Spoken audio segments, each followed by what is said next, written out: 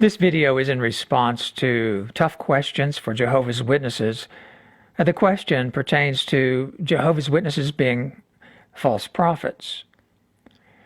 And I have to say that this is a tough question for Jehovah's Witnesses to answer. In fact, it's a question that they cannot answer, and I'll explain why.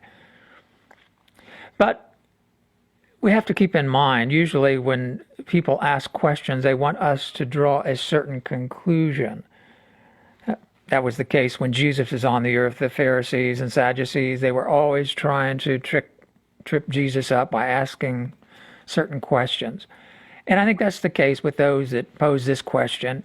And they use the scripture there in Deuteronomy, it's part of the law of Moses, that said, if any man speaks in the name of Jehovah and predicts things to come and they don't come true, then he's a false prophet. And you were to put that man to death.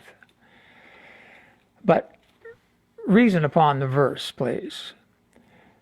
Israel was God's nation.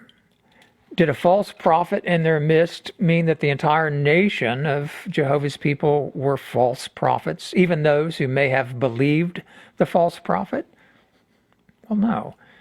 By the same reasoning, Jehovah's Witnesses do not establish biblical interpretation. Everyone knows that comes from Brooklyn. So even if those men do fit the criteria of being a false prophet, that does not mean that Jehovah's Witnesses are issuing false prophecy. It means that they are victimized by a false prophet. So let's reframe the question. Is the leadership of Jehovah's Witnesses, do they fit the criteria of being false prophets? They speak in the name of Jehovah and they have made false proclamations. In fact, the entire 1914 doctrine is false. So yes, the leadership of Jehovah's Witnesses are false prophets. Does that mean that Jehovah's Witnesses are not the true faith? No, it doesn't. It means they're victimized by false prophets. The Apostle Peter foretold there will be false prophets among you, just as there were false prophets among the Israelites. So the true Christian congregation would be menaced by men who are like false prophets. In the book of Ezekiel, the 13th chapter, Jehovah refers to the prophets as the stupid prophets. And he goes on to say, I have it open here, my hand has come to be against the prophets that are visioning untruth and that are divining a lie. In the intimate group of my people, they will not continue on. And in the register of the house of Israel, they will not be written. And to the soil of Israel, they will not come. And you people will have to know that I am Jehovah. I am sovereign Lord Jehovah. For the reason that they have led my people astray, saying, there is peace, there is peace. So it says plainly here that Jehovah's people have been led astray by men whom he calls the stupid prophets, who are divining a lie. And they will not continue on in the midst of Jehovah's people. That fits the situation of Jehovah's Witnesses presently. And in fact, I've written a book that delves deeply into this issue of the falsity of 1914 and Jehovah's Witnesses being menaced by what Paul referred to as the man of lawlessness.